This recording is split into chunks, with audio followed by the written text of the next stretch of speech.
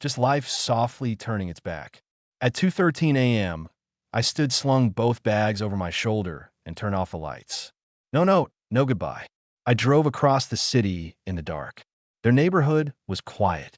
The kind of quiet that comes from comfort, from not needing to question where next month's heat will come from. They'd never question it because I'd always paid it until now. I walked up the path to my mother's house as silent as a thief. Only I wasn't stealing. I was returning something. I left the backpack by the bottom stair where they'd be sure to trip over it in the morning. Then I left. Really left. By the time they opened it, I was already out of state. Already on my way to reclaim what they never knew they'd lost. They say systems break slowly then all at once.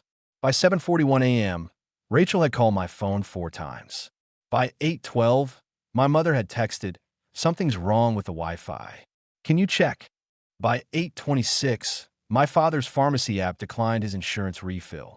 And by 9, Huzuro, the thermostat clicked cold. I didn't answer any of them. Instead, I sat in a diner 2 towns over, sipping black coffee that tasted like burnt pennies, watching sleep collect in a silent parking lot. By noon, their silence shattered. Rachel again, this time from a different number.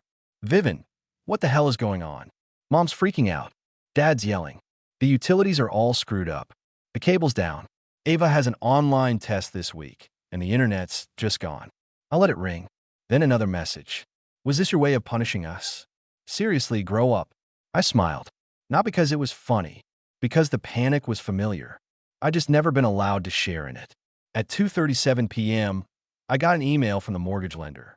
Subject line auto payment canceled. Past due status warning. They'd never seen that email before. I always forwarded it to myself. At 4:12 p.m., a message from my mother. "Vivin, your father is very upset. I don't know what you think you're doing. This family is falling apart."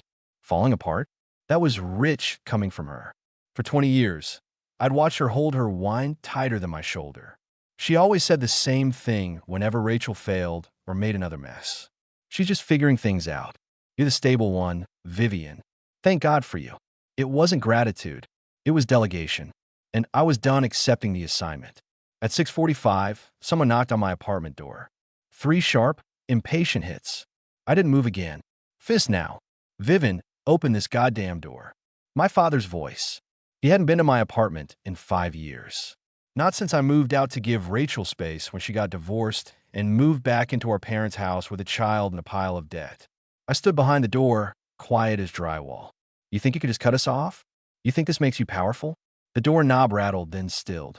"We raised you. You owe us. You're not better than this family. You're just a bitter little girl with a paycheck." He waited.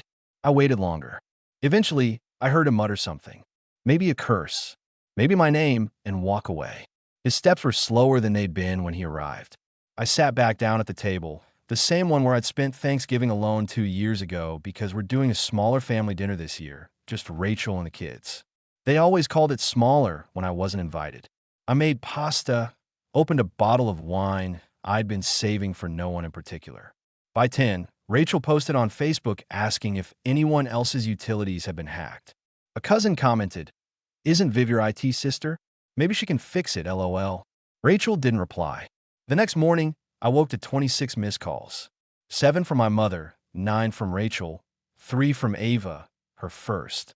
The last one just said, "There's a black bag by the stairs. Was that you?" I didn't respond. She was the one who said I could disappear and no one would notice. Now they couldn't stop looking. They opened it together.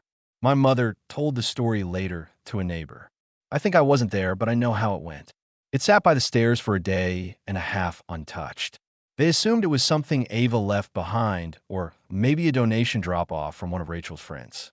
Nobody thought of me. Not until the water was fully shut off. Not until Rachel's husband, the new one, had to shower at the gym because the pipes were stone cold. Then they opened it. Black nylon, stiff zipper, nothing fancy.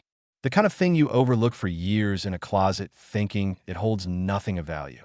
But inside I'd packed everything they forgot to remember. The first thing my mother pulled out was a folder. Inside, printed PDF copies of the last 4 years of utility bills. Each one marked with a yellow sticky note paid by V. Hale Electric. Gas, trash, cable.